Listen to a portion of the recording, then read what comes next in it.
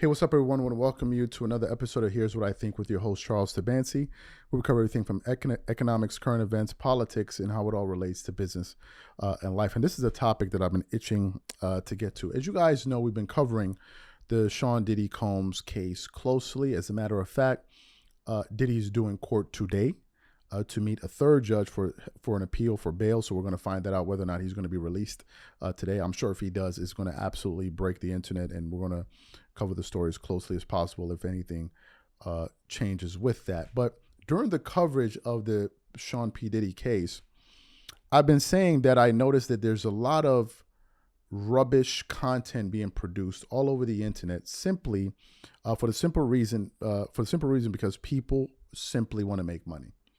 And they are willing to say any and anything and publish any ridiculous story for money. It doesn't even have to be true. I said on our other show, and I'm gonna reiterate what I said again. 95% of the content being produced around Sean Diddy Combs is false or absolute nonsense. And the vast majority of it has absolutely nothing to do with his actual charges by the federal government. Nothing to do with it. People are talking about baby oil. They're talking about Leonardo DiCaprio. They're talking about this. They're talking about that story. They're now talking about Tupac. They're talking about every ridiculous thing you can think of. And people are doing this because they know it's going to generate clicks and it's going to generate views. And I said that the people that are out there propagating misinformation and confusing people, I think that once this case simmers down and, maybe he's not found guilty or whatever it is, I think a lot of people should get sued for defamation. I think a lot of people deserve to get sued for defamation. So if you're one of the people out there promoting false stories and false claims simply because you have an insatiable appetite for money and you cannot control yourself, and it means that if you're going to throw out any kind of allegation in order to get some views, you deserve to get sued. And that is exactly what's at the heart of today's show. What happened? As you guys know, Piers Morgan has one of the most explosive shows out there where they talk about politics. Some of his topics that do really, really well and generate a lot of attention is what's happening in the Israel conflict, what's happening in Gaza and all of that.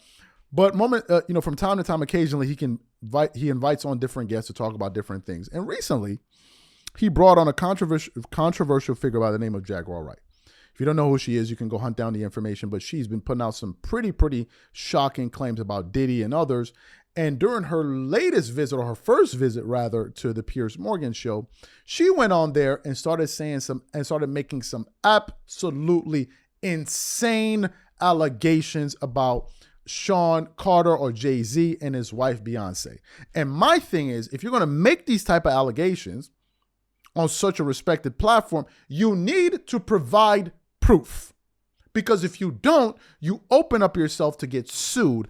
And apparently, that's what almost happened because according to various reports, Jay-Z and Beyonce's lawyers actually contacted Piers Morgan and forced him to put out a public apology. You want to read from the article, icecreamconvos.com. It says, Piers Morgan apologizes to Jay-Z and Beyonce after Jaguar Wright's shocking claims on his show. It continues on. Following Jaguar Wright's appearance on his platform, Piers Morgan is publicly apologizing to Jay-Z and Beyonce.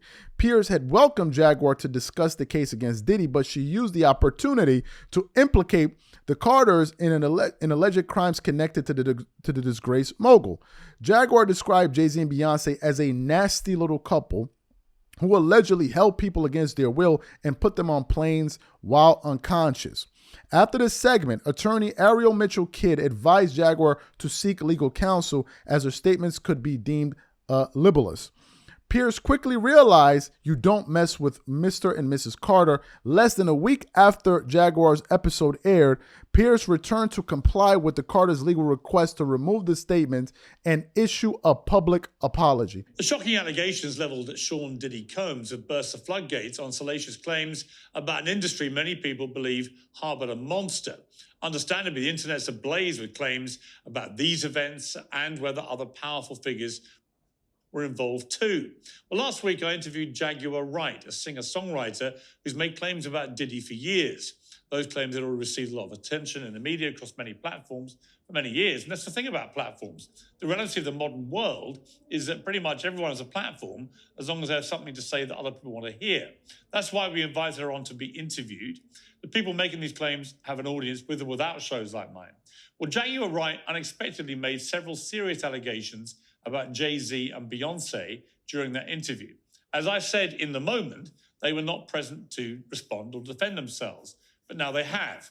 Their lawyers contacted us to say that those claims were totally false and have no basis in fact. And we've therefore complied with the legal request to cut them from the original interview. Editing interviews is not something we do lightly at a show called Uncensored. But, like the proverbial cries of fire in a crowded theatre, there are legal limits on us too. And we apologise to Jay-Z and Beyonce. So you heard his apology. Had he not apologized, Piers Morgan would have been sued. They're not going to sue Jaguar Wright. They're going to sue the platform that gave her the space to go out there and say what she said. And I think a lot of you guys making content that is not rooted in truth, but simply rooted in clickbait and salacious speculations and all of that, you might most likely get sued. And if you do get sued, you deserve to get sued. You 100% deserve. Every single piece of content that we have produced on this story is rooted in fact, and we always provide actual sources, whether it's audio, whether it's from reputable publications like BBC, CNN, whomever. We ensure that we do that. But a lot of you guys are not doing that. And if you keep it up, you're going to find out that your behinds are going to get sued. These are my thoughts on this story. Whatever you guys think, please leave your thoughts and comments in the comment section, and we'll catch you guys on the next show.